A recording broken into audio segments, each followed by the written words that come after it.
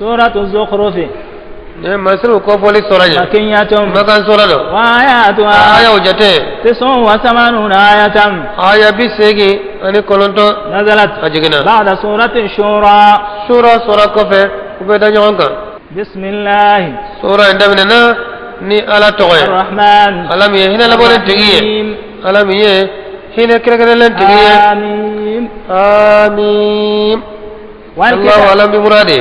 والكتاب المبين ala ko nyen kalini kitabu ye minna bangene do de akiri be bangene do إنا جعلناه قرآنا anye qur'ana عربيا ke kalam fenye ka arabu kanye لعلكم تعقلون dola ana famiya de na kunana kangole la afamu kumbegele arabu bolo de ganana arabu kana awa uba famiya ukakando de وإنه في أم الكتاب لدينا لعلي حكيم qur'ana in kibariya kitabu bakono an ala yoro kitabu koro talendo akiri benendo de law mafuzo kono nana qur'ana valeri ha ayelelendo de ha qur'ana ka valeri ha ala yere fe aka kitabu bayin kono wa qur'ana amma kutulendo yenno ni koro tayede أفنضرب عنكم الذكرى yalla anga ko foli gosi ka bawo mawa صفحا kerela أن كنتم قوما ka مسرفين ko kala mogoye aw kera kyani kala ay ka fa warabu kyana ha an ka utwe an te fen faye ay ambe fen faye ambe ciden ciyawma ambe kitabu jiri o na bana ko fesa ni mana usro aka sigino yene وكم أرسلنا من نبي na man ka cana na nyochi في الأولين ma folola وما يأتيهم من نبي nabi yuma si kuntina uma إلا كانوا به يستهزئون bayile bunake no yede فأهلكنا أشد منهم anye بطشا mogo halake mamnun ka fanga ka girin ka tawolu kana ومضى مثل الأولين wa ma folo man kutu o tebina de mi ye folo soro o de bella ba mogo fana soro de na fori limame ibina yede ولئن سألتهم cire nu yu yinika من خلق السماوات jode safra والأرض udan ka dukulo dan ليقولن wallahi ka fo خلقهن العزيز العليم se masade udan no edoni masay kafru balo kala de ka bakolo dan balo kala de dukulo dan o bado fana ko ala yere de olu yere dan fana ha nga olu kala batusa olu bano de made الذي جعل لكم الأرض مهدا alam ye dukulo ke bamunaye awye وجعل لكم فيها سبلا kasra o kaye dukulo la لعلكم تهتدون dola awna kana والذي masami نزل من السماء na ماء jiji ko sanna بقدر ni hakaye فأنشرنا به بلدة ميتا na injil malike no jiye dukulo la dukulo jale كذلك o تخرجون chugo ndela na fana be bode ni telefen kise jale o be fale wa ka do na fana gara shuye abe kunule والذي خلق الأزواج كلها ale masai de façon bela jilen dande وجعل لكم من الفلك والأنعام ما تركبون aye fenkawiye kamini kuruna ani bagawna abe yele mun kare na mako be jiko falala abe yele kuruna na mako be katama dukulo kan abe yele bagawn kan لتستووا على ظهوره ko sana dala kenye yele ka fe nunu sanfɛ ثم تذكروا نعمة ko ربكم fɛna tashi kamiri amari kan nema mane إذا استويتم عليه mamina na dala kenye na aka yele ka fɛnw sanfɛ ana do ka fɔ ala ye kɔkaw ye aw filɛ yele baganw kan ne baganw fana bɛ yele mun kan olu tɛ yele fɛn kan dɛ a bɛ yele kurun kan ka ji tigɛ n'a ye a bɛ yele mobiliw kan motow kan nɛgɛsow kan avion yɛrɛ kɔnɔ n'a dala kenye na kɔnɔ a kan ka ala ka nɛɛma barika da dɛ وتقولوا سبحان الذي ana fɔ sɛnɛ bɛ ala ye سخر لنا هذا masa min ye nin kɔlɔ anw ye وما كنا له an مقرنين kun ma kɛ karabaliba ye dɛ an kun tɛ se misi n'a kɛrɛ denmisɛn bɛ yɛlɛ a kan k'a nun sɔgɔ ka juru da a nun na ka yɛlɛ a kan ka tila k'a bugɔ a ka boli k'a sɔrɔ a ka tunnen tɛ kuyi la ɲamɛ filɛ nin ye a sabalilen bɛ sabali dan tɛ ɲamɛ ta ye ɲamɛ 100 i b'u to ɲɔgɔn na k'a di denmisɛnnin kelen ma san tan den a bɛ taa n'a bɛɛ ye bɛɛ bɛ tugu ɲɔgɔn kɔ k'a sɔrɔ ɲamɛ ye bagan farinba de ye kungolo fɛnw bɛɛ bɛ siran ɲɛ hali waraba tɛ se ka bin ɲamɛ kan kɛlɛ pɔsɔn b'a bolo hali wara tɛ se ka s'a ma nka denmisɛnnin kelen san tan den i bɛ se ka ɲamɛ 100 d'a ma a bɛ taa n'a bɛɛ ye e bɛ a gosi a kan na a bɛ biri ye n'i yɛlɛnna i b'a gosi a bɛ wuli ka jɔ n'i ye ha awa ala ko aye nunu ko lawye wala sawire ka ala wala nyimando na ya yere so sanve aba utaba ka doninta ana ala wala nyimando de o de kakande na fo sene masai masamiye ni ko lawye an ko tise kan karaba de wa inna ila ha kadoke aha ni ele na yele ka fenga kanga ni ndefo kadoke kala barkada وإنا إلى ربنا لمنقلبون أني يلمن باوي كتام مالي ديرولا وجعلوا له من عباده جزءا غفلا غفو كونيه تلانيرو دكي عليه كمنا كجونو ده إن الإنسان يتلانيرو تمان عليه هذا ودني كوني لكفور مبين هذا ودني كلا فيسين عليه مين كفيسين عليه بعدين ده عليه كقوبة كي تيسي كقوبة تو علما ne fisirin alaya bele bele de a dolento sanga foka fisirin alaya abe kene de ko ala de ka ko be kiye ki franti ka ko be to alama ko iti sanga ka ko be to alama e jona lala de amit taqara mimma yakhluqu banatin yalla ala e dem so de minewa kamne feuna ayre munda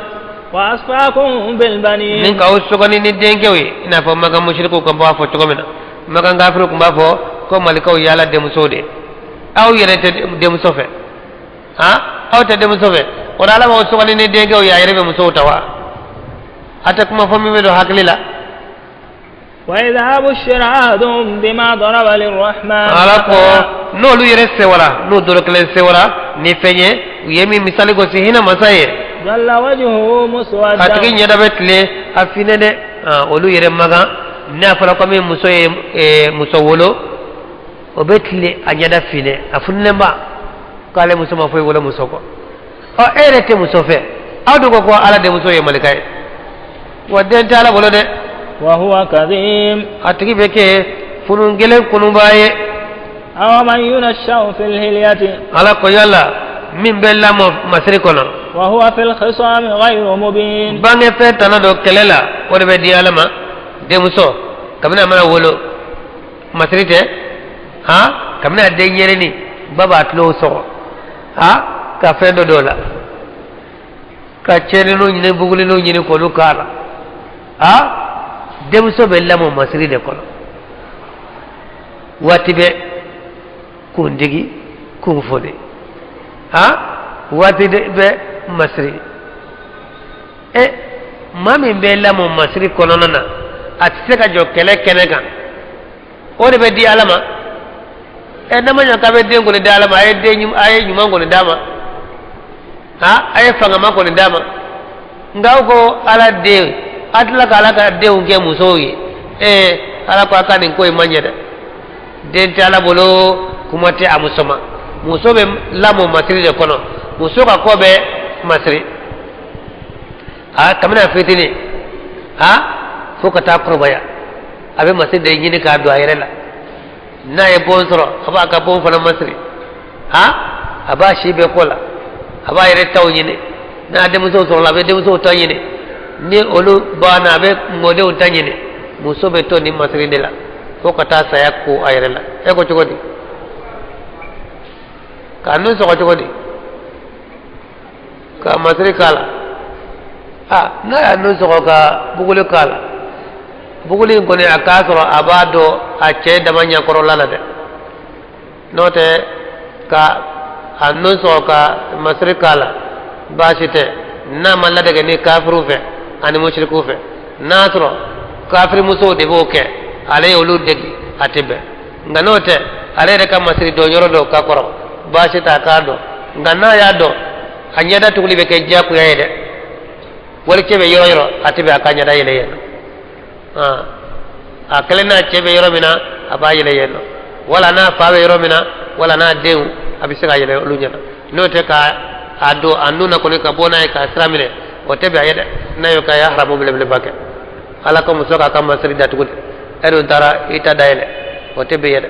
ni nu so ka bugule kala wala kin so ka sanu kala wa inyada tukuli kara jaku ya isa wala chobe yoro nyada kana yele no tebe jiru mubale soro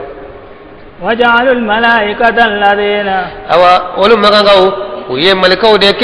ملكا منو هم عباد الرحمن نوليه هنا مسك جونيه يولوك مسويره على كجون جومبو ملكو بالباتو ودانكولو وتالا سسو ولو يودك مسويره أشهدوا خلقهم على قولو كافكو ملكو يه مسويو يلو لو شيرا ملكو داري نوا ستكتب ملكو شهادتهم mama malik mata fo maliko ma che mata fo ma muso e boru dangala mawa ala ko yalla olu bora o dangala mawa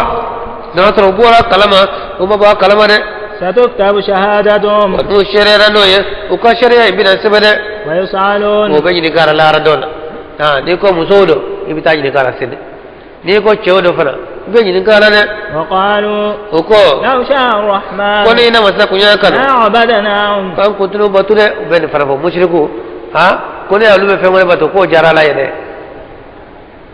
ما لهم بذلك من ala علم ko doni tu yoro no yede إنهم olu make mashi إلا ko be يخرصون galonde tigere أما آتيناهم كتابا من قبل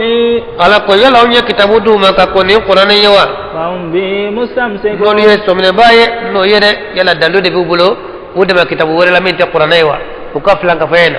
ko dalu to bulo de بل obla قالوا ko de إنا وجدنا آباءنا ka nyam fa usra على أمة dinaka وإنا على آثارهم wa مهتدون onye kana baye an fa ka dinaka ne وكذلك to ko de la ما أرسلنا من قبلك في قرية amma chili ke dugu sila ka ko yenye من نذير kamni kungo sibala إلا قال ko dugu مترفوها manne manon ka fo إنا وجدنا آباءنا على anya fa أمة so dina de ka وإنا على آثارهم aw مقتدون fana ye la de baye uno kane kafiru mushriku nin dalu kele ne bubulo ni ye yoro yoro kame jiya la wali fosisa o te dalu bo qur'anana o tabo hadisara o ka dalu ye dran an fasira de ni nyaw karamo kasira de abana nyaw tade ko nyaw tade nyaw tay jone ni dawma aw tabara de aw tatara afa tatara akramo tatara aw nyere tatara an fa tatara an karamo tatara dina ala ni cire ta da bal ngu yeye kan fasira do uyeye kan karamo kasira do ala ko wa kamni gale kafiru kamni gale mushriku nin dalu wudare o ta fa ala ko o ta fo ciden ko no te dalu beta nin fila de la mere ko itay idare ndo ka kanyi adalu jira mo gorake ajira ko ala ko aflani ciden ko aflani abana ni man bata o kata ni man tata bana ngedi tiga dalu fo ni yawuntade ambe islaminga o de ni o be islaminga o tabarade ye fiye de boy da ko doro tako ni tako do e dina be kele aw ka ta nunu ku ta o lu faran ku ta dina be kele ko de wata ko tara de wala jidan ko awala ji'tukum bi ahda obitu afa ka tra ko hal ni nena na ma ni fenye min kana leme mimma wajadtum alayhi aba kata fen ka ya fa usro min kan nena na ni fenye min kan kata ma fa utaka hal be ne tay to kata fa ka tra fe qalu uko inna bima ursiltum bi kafirun aw fi siri ngara nin fenye aw tirani mi amada tay naw yode fo ci doje kada aw na ni mi yaw ma dawra wante do ala fana o kelen do halbe o kelen de be kafiru da o de mushriku da u fasrai u bode la de nie kinya fu ye chogo te kinya imbe abe do tlo kelen fe kata bo kelen fe ateta de sukuna feu u fasrai ngo bi saude kan kata do jahannama na aban ba onini misa beto sa bada nimisa ala kanu kisi fantaqamna minhum ala kanye tajru sarake ula فانظر كيف كان عاقبة المكذبين نقربه كاكو كرامية أما جده وإذ قال إبراهيم ما تاسي نبي الله إبراهيم أناكو لأبي أفاما قومي أنا كمو إنني براء مما تعبدون نيرو جانين نكبو فما أبي من بطولة إلا الذي فما فطرني سمي يندا ننفل لا إله إلا الله أبي فما بطو نبانا بلا فو على كلي بات فنتي فو على كلي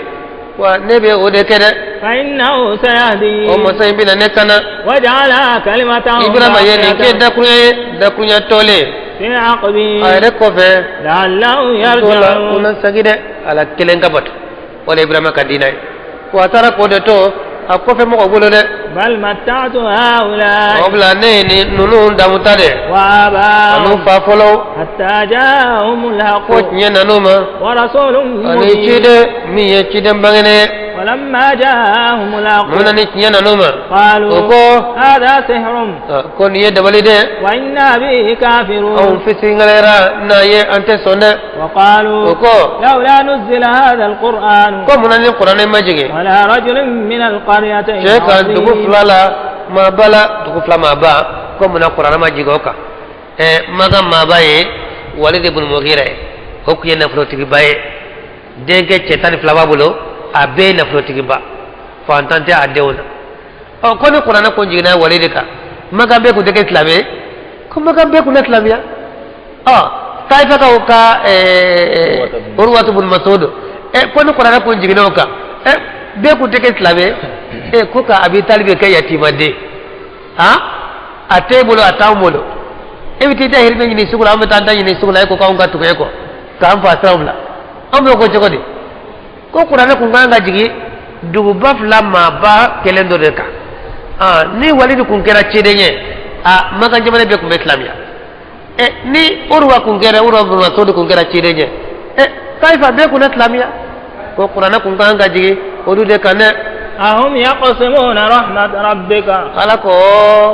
warao olu be ala ka hinat lawa ma min kadu yolu bo fo ala ko ala ka di o ma ala ka ko ba yere bolo wa tere ma min kada o ye ala ba ka ko da ma ka tla aw de ka tla ka ka o sagoy نحن قسمنا بينهم معيشتهم ala ko on yere de ye olu yere ka balo tla woni nyonche في الحياة الدنيا yenyin ma en kono ورفعنا بعضهم فوق بعض o do korota do sana درجات daraja chamana on de mo ko ka gajigetla ka mo ko bla nyon sana ليتخذ بعضهم بعضا سخريا nkoso o dona domine kolo fenye ana se ka kolo nyogonye nye ala ya ka ka jigo chaya nyogonye a kolo de aka se ka kolo nyogonye nala ku yebe ke fentigie jodi be kolo jonye jomba ke jonye be ma klensro ma tame barakiye ma ke be barakiye ma bakle me barakiye femi bi bolo ote o nyame mi ne bolo ni bo duma de o be barakiye o de koto be ma ya ka boniye aka janiye hadi ko akita abita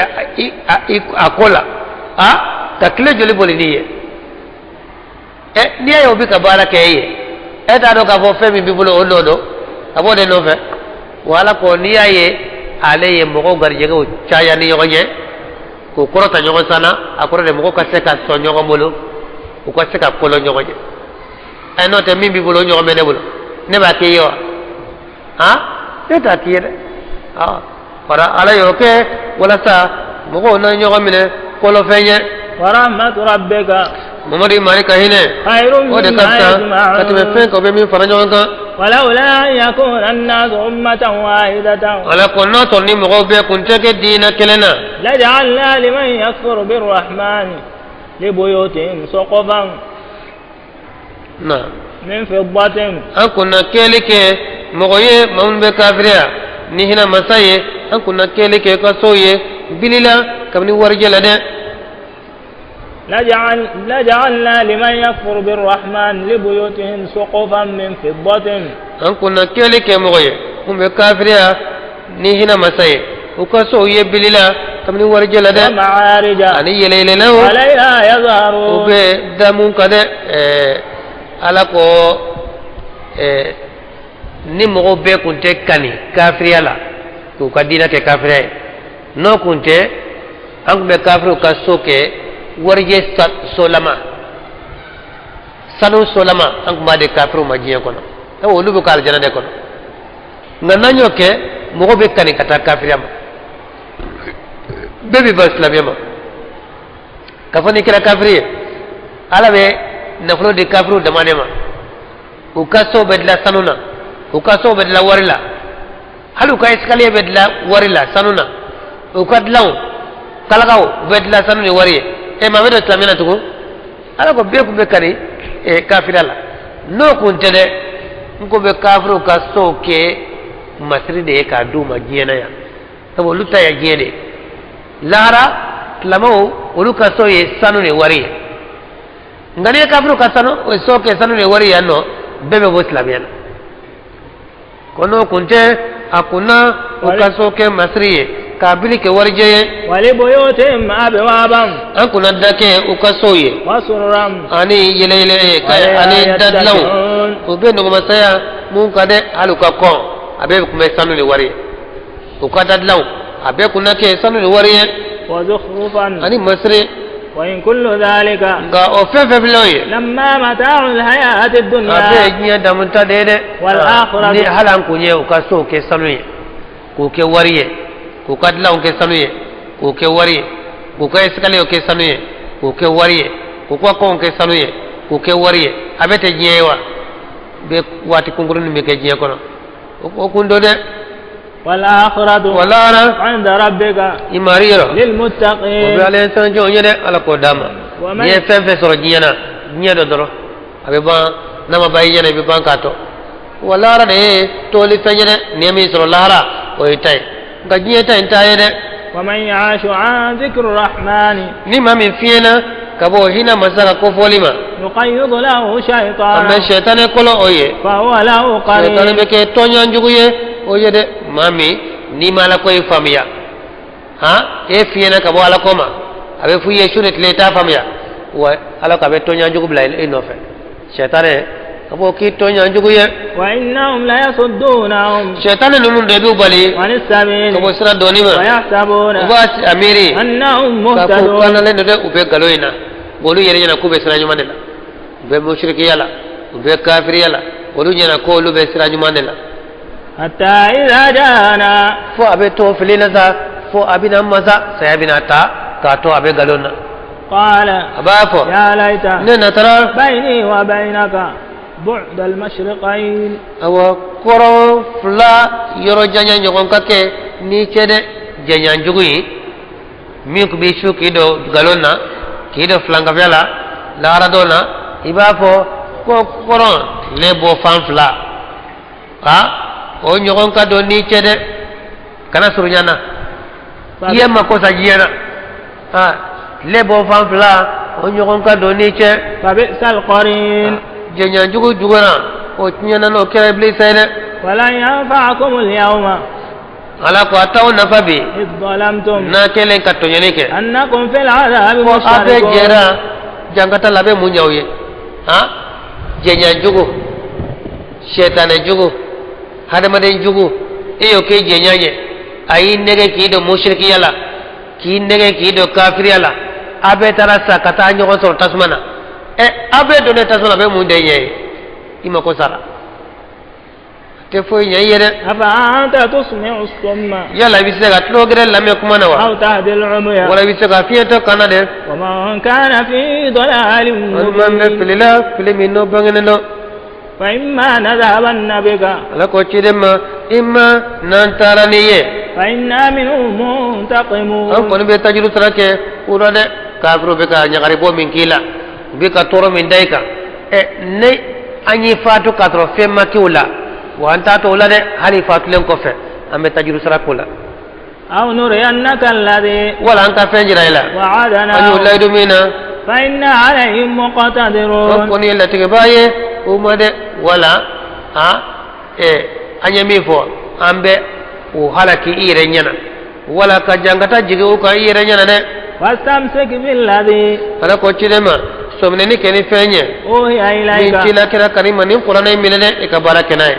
innaka ala siratin mustaqim ka no ibe sirata sirami no tlele no de wa innahu la dhikrun laka wa ni qur'ana ye ko foliye e chidenye wal qaumika ini ka mo be wa sawfa tusalun sonisa abina nyinin kara de ni qur'ana inema ala ire be kuma wiye ala ire ka kuma kan ha ne nema bayde ha aw ire ka kibara bala mawnu tebena wunya ulu ka kibara bala mam bena aw ko fe ulu ka kibara bala wa sabina yinika nin qur'ana inne mana de وسوف تسألون oni sabina yinika واسأل من أرسلنا من ika mo قبلك yinika mamunna yulice ka ko e ci de ye رسلنا nan ka ci dona أجعلنا من دون الرحمن آلهة yala anye kelike hina masatana de lawa يعبدون wol be batu ay ci de fefe cira asima ci ko ku batu o cira de ko ka tugu no fe batu chokora ni cire mo batu cire tu ko be batu ni e manyuma e mare tu mami tu ko la cire ngo oni cire mo batu manyuma de be batu wa batu se ngore batu o mandi ala ide ولقد أرسلنا موسى nyere la anya nabillahi musa ci بآياتنا nan ka kaba koy إلى فرعون kata fir'auna ma misra fama ana ka jama yadale فقال awa musa ko إني رسول رب العالمين ne dan fe mari ka ci de ne de فلما جاءهم mamna ni بآياتنا musa nanoma nan ka kaba koy إذا هم منها ya يضحكون to be yele musa la de ka yele musa kira ci de ede mama fa ka yano ni bolla kata ni tali santa ye ina na ni tawure ke cira o be yele de وما نريهم من آية ala ko anta jira lu kula kamni kaba ko shila إلا هي أكبر من أختها ba soro ka bo katme a tonya ngade abal maka no ya tonya na kaba ko do jirula no maso ambe kaba ko wore jirula no maso ambe kaba ko wore jirula kaba ko kononton o de jira lula de وأخذناهم anyomine بالعذاب ni jangata ye لعلهم يرجعون dola ona sabuko وقالوا ko يا أيها الساحر ko he ko te tigi ko kabe musa de ma ko te tigi ادع لنا ربك e mari welanye بما عهد ni عندك fenye ay miladu tayi إننا ko be لمهتدون kana ni sene de ni kaba ko fe fenana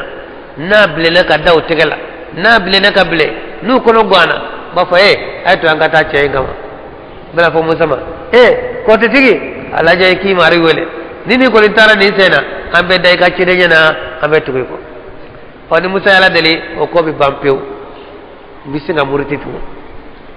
ni dore nana tugo o kelendo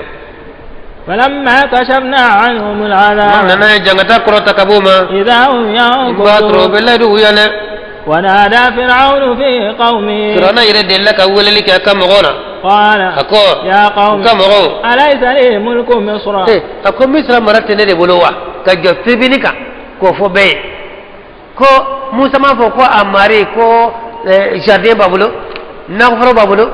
ko jube boli ko ne do ama e misra marabe tenere bolo وهذه الأنهار wa nin ko jumu flene تجري من تحته nar nil o bala ka bolin koro ka jamna be sarwe ni jiye na ko be fambe fe ci be ke fambe fe wa ne de ala ide أفلا تبصرون yala o nyanto lawa أم أنا خير من هذا الذي yala ne de kafsa wa serni de kafsa هو مين mi yema dogo yale ya kambe musa ma ko yala musa mi yema dogo yale ye nin bonya bayin kira mbale bulu yala le de kafsa wa musa de kafsa no be ale nobla katugo musa ko ولا يكاد يبين wa musa yere min do fana yere ates bunya kabisa kuma jele fo ande mai firawna be ka musa sabote ka ande mai ko yala le de kafsa wa musa de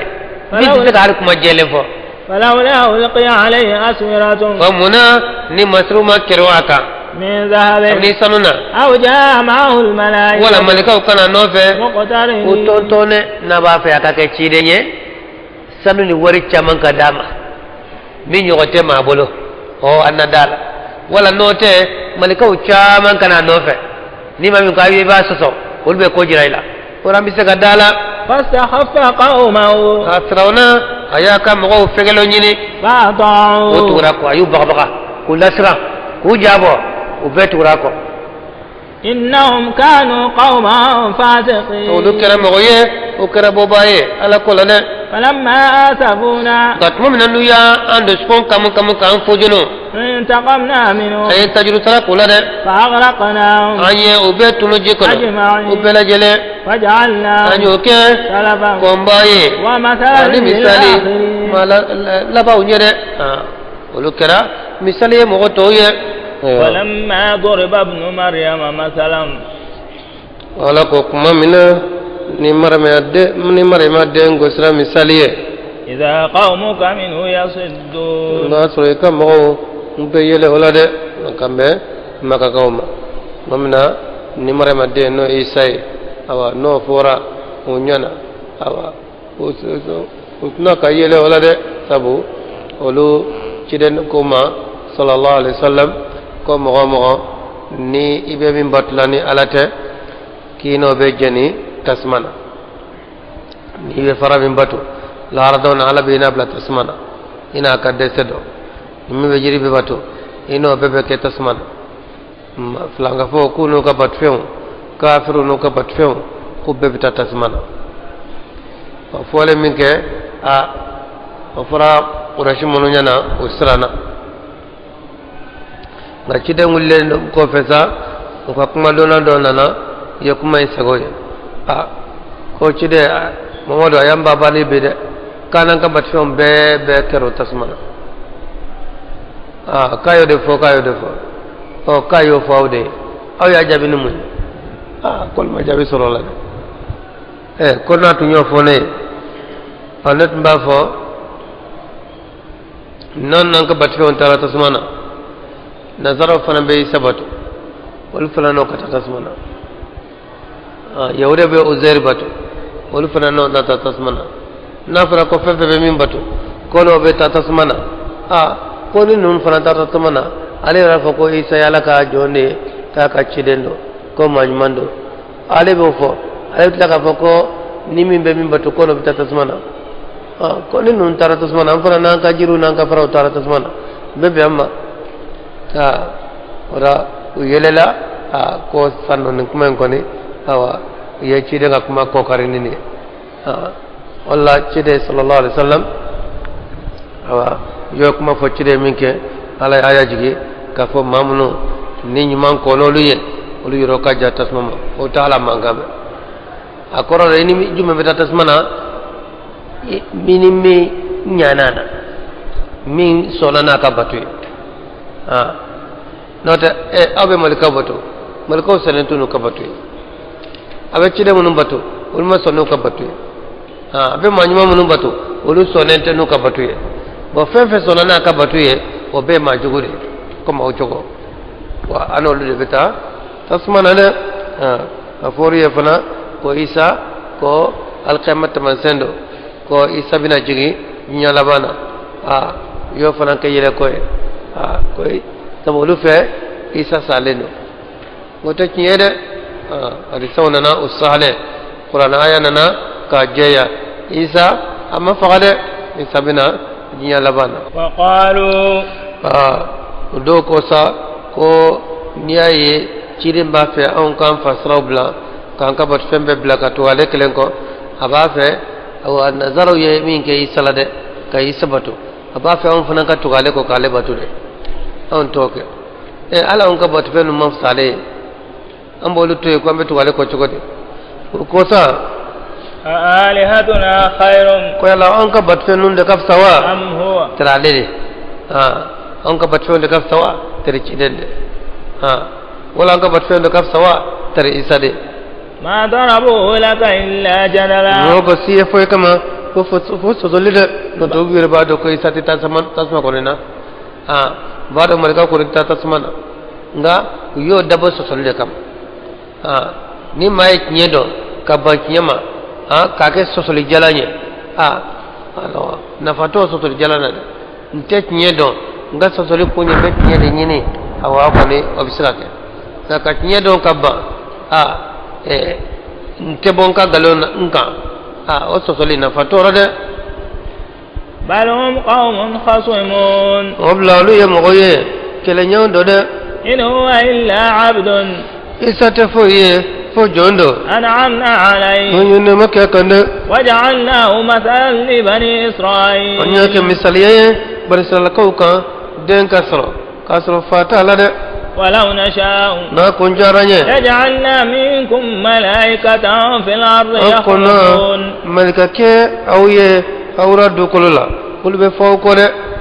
وإنه لعلم للساعة wa isa jigini isa nali wa tamasende alqiyama yede Wala ko tamta- tammi ni cide fo ka fo diete wuli fo ka ko tangake isa jigini ado yede ولا تمترن بها akana siga warade isa nali ni sigarara abika islamiya ci ala ka beke man ka sigarare ni sigarara dro abe ma ka islamiya ci wala ka kana sigana ayre واتبعوني ayatuguneko هذا صراط مستقيم influencer sramina tleleno de ولا يصدنكم الشيطان shaytan kana ubali إنه لكم عدو مبين shaytan e jugu de awye jugu bangane ولما جاء عيسى بالبينات wala ni sanana ni dal bangane wonya قال isa ko قد جئتكم بالحكمة akone na nawma ni ko do nyede ولأبين لكم بعض الذي na bangane kawye fendola تختلفون at فيه meyo fonya femina de tawreta kitabu musa nanana min kenna ya flika jigi achile do chira do sibrin do kinyana waluma famia le jira de nana ni ko shara واتقوا الله aisra lanya وأطيعوني akatugune kola إن الله ألا. هو ربي ode ne mai ana وربكم mari فاعبدوه akobatu isa ni defo bari sala koy isa ma fo mai ko ale alay ma fo mai ko ala denye aya fu yede ka fo ale ala ka jone ale ala ka chidele aya ala batu wa ne mari ana yere mari هذا صراط مستقيم ni israye sramina tlele no de فاختلف الأحزاب من ma بينهم kafir jama ye nyo fo yake yere de man nyo cha فويل للذين ظلموا bona be mo ye mu nyato yene ke من عذاب يوم أليم kabo don jangatala do min jangata dimine no هل ينظرون yala kafir be mo makono te fo makono إلا الساعة fa kema wati أن تأتيهم akanuma بغتة chunkana lila Wa ne hum la ubane me yash'urun. ko kaflan kafene kafirena uta dabla alqima de mana de ni alqima na balaw la sa bina shido ni sayana natmamina una do ko kumbe galona وهم لا يشعرون kasro alqima na uma chunkana lila kasro ta dona الأخلاء يومئذ tardimo lara dona بعضهم لبعض عدو mudobe ke juguye do إلا yude المتقين ko ala strajo mo na kara nyogo materiye jiye ko na ya lara dona ko be le manya jugu ko terima be bita ke jugu de nyogo nya to akatria na makala ko ko ala strajo mamu nyogo kanu dina kaso mo mi nyogo kanu ala ko kama wolu katria be ke jiyana katla kata teriya in saka kan lahara ko teriya dumine nga teriya fefe no kera jiya ko de kama ala soso de kama flanka fiya teriya munafiqiya teriya kafiriya teriya wala jugu ke teriya lahara to na bebe fale ninka ke jugiya de يا عبادي ala kon ka jo لا خوف عليكم اليوم siranta ma bide ولا أنتم تحزنون amma ke kabe fujunu fana ateddu kun kam kamuye mo na nyogon kan ne ala koy ka sawka wa ka tere be ke teriya dumine ye الذين آمنوا mawlu limanera بآياتنا nan ka yawye وكانوا مسلمين du kera yere kolombaw ye nkambe olude la de nkambe olude ma mun be fuye ادخلوا الجنة be fuye ay dol janana أنتم aw وأزواجكم ana furunyaw تحبرون abe masri aljana kono ni nyana imuso nyana abe bita aljana kono de ni muso nyana chefana nyana abe ta nyawo so aljana kono wa abe furu nyogo ma yem fana de furu la nyogo ma jiyana abe ta furu nyogo ma aljana kono fana abe ke furu dumine يطاف عليهم بصحاف mununu be ke uma ni awa plateau ye ni asetu ye من ذهب abni sanu aseti lama وأكواب ani awa kopu وفيها ما تشتهيه wa fembe الأنفس de be aljana kono nimbe win kanu de fembe kadi niye wodi be aljana kono yenno وتلذ الأعين ani min be nyana flelija min kadi niye wodi be no min kadi nya ka fleliye wodi ma de be no de وأنتم فيها خالدون wa aba kono fana dume baye ala ko kanye وتلك الجنة التي wa aljana to inde aljana e أورثتموها na kietara la بما كنتم تعملون akira ni fen sabude abi min bara de bara nyuma mina yoke o sabude aljana daw kide ko sallallahu alaihi wasallam ko ma ka bara ta aljana soro ko kide ko hala yere ko hal nere fo na la endatu guna ka hine no to mo shika bara ta aljana soro valeri min bala maka barata soro nga be soro ni munye nyuman sababu be nyuman fitini ke albe singa ne herba inde note maka barata soro ayo ka be nitle baraye sisa kemenani kemesaba do eta o kemenani na kibla tle barala ye bara nke kanye akara sagoy asna ka wakalen ta kadim wakale oye kat le bara sarayewa otoy e ka bara nyuman kama ore wakalen dim bara nyamaya ore wakale la siwa no tet le ti wakale soro le kemenani ngane ay wakale soro dongale marala wa oye barakala yere nyanima ane ka nyuman sababu rarjana ma valeri mbala ma ka barata so sadu brikide warje brikide ay etaji be jole no noy wa jole no ala ka jole ora ma ka barato sorole ga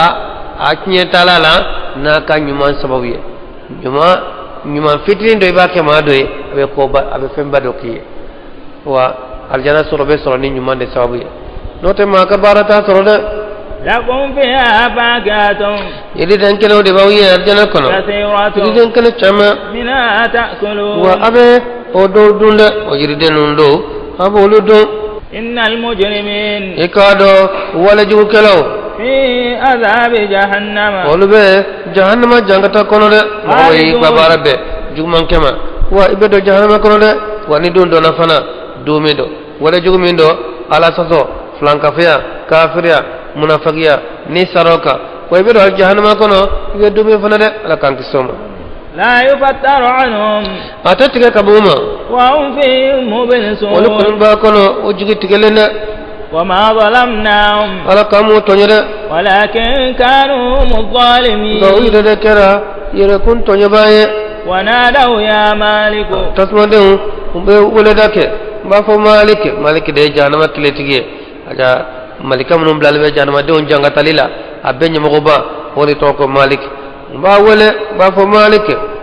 liyaqdi alaina rabbuka imarika kirama ni sayde amo kelende ni sanjira do antebo nganka sa nganka lafiya de qala innakum makithun malik ba fo akoni ya frambaye akono de abi wati ka kono ga abu jabini niye samba kelen ko fede be samba kele ka wole abu atlobu la de atu jabi ni samba kele dafara ba fo abe do ka ko no folo de da ku yakle ban laqad ji'nakum bil haqq ala ko nyena anna no malik yede walakin aktharukum lil haqq karihun ga au son chama abe nye ko de ni nya fore chogo chogo tiso ni nya fora chogo chogo tiso nyete dore ala kele batu ikatu ciden kelen ko batu chogor aban nim flado ala kelen bi batu be ke chogodi chidi ya ke chogo min sallallahu alaihi wasallam niya ninke ibar jana soro be ke tasmama ngabana ni chema de ni mandi aw ko fala ni dore fala ni karsan ala ni karu ni de ama ko sade ama abramu amra ala ko yala amana lalike konyo na فإنها مبرمون فنبه ذلك كورلا ني كافر ني مشركو ني فره جوغو تي كو be dina sagi ko be dina kele loy ala ko am fana be dore ke ko fere inkiye am yahsabuna terolu ba bisigide anna la nasma'u sirra kafan to ka gundo mewa wa najwa anu ka nyogonya ka dibila be nyogonya ke ni kamunu ye dina kele lila dina la saglila awa ala ko yalla lu hakilla ko anta kalama de anta mede ambu ko nyonya kamede bala obla wa rusuluna ladayhim yaktubun an ka ci do mbu fe ko ba sabe de be fe fo maliko bi yenno abebe ke wolu nyana ba sabe o no fe de qul non ka fa in kana lirrahmani waladun ne soro ni dembe hina masabulo fa ana awwalul abidin ni de be ke o batu ba folo de den talabulo ni dem bala bulo ne folo de kumbo batu ودين تعالى بلود سبحان رب السماوات والأرض سنفروا tigi sanfaro mari kasaniya dukulu mari kasaniya رب العرش larase tigi عما ko يصفون femme o be man kutu jugo ke فذرهم e ko to e يخوضوا o ku chogobe o ويلعبوا katlonke حتى يلاقوا يومهم ku الذي bita o ka don kumbe يوعدون no be lay dola de ko teme o ka nyana je no katlonke fe fo sebe balawla ni sayana na sa bina do femme be kibaram be no na to na ku yatlonge de no na ku nyana je de be soro ko shido وهو الذي في السماء إله ale ne batfenye sanna وفي الأرض ale de إله batfenye dugulu lale batfengere te ne alate وهو الحكيم ale de العليم doni masai ale de kodo masai ale de doni masai وتبارك الذي masaka hera jirilendo له ملك السماوات والأرض safro marabe masamiye dugulu marabe masamiye وما ale بينهما sembe olu ni nyocha be mara be masami mbolo وعنده علم wa الساعة alkama wati doni bale de bolo de وإليه wa ترجعون abela jile misagi katale alay ne ma ولا يملك الذين يدعون من دونه الشفاعة alako mogo te maralike be mamnu wole ala tanana ute deli marade fe mo fe no bu wole ma nyuma fara ma jugo ka ko be deli kuye nyatere ute deli marawye إلا ما شهد بالحق ni mami shere ni kinye وهم ko يعلمون ubado ne ni kinye don ka kinye bara o sini ala be fara deli kelaw kande note ama te ko mana ka deli ke kasro ere ma nyuma ngere ولئن سألتهم من خلقهم sire nu yininka yala jonde oluda ليقولن الله wallahi fu ka fo ala de oluda ne kafiru ko bodo hal munti sali bado kala de uda فأنا يؤفكون sogodi nu be jenge kamile kaboma وقيله ni chide ka kuma يا ربي akonti gala إن هؤلاء قوم لا يؤمنون konu yo moye utali manade nye kuma sugu be fuye ka chesri beke onofe uma sonde واصفح عنهم ra e ka koto ke uma وقل e سلام ka fokisi فسوف يعلمون sodi samina donne e taye ka e ka fode numa so ora ulaje yiku toy obina donne na foriye ni mame iba yede na fura to ato ni mato na to ni koro ikele ne ba chere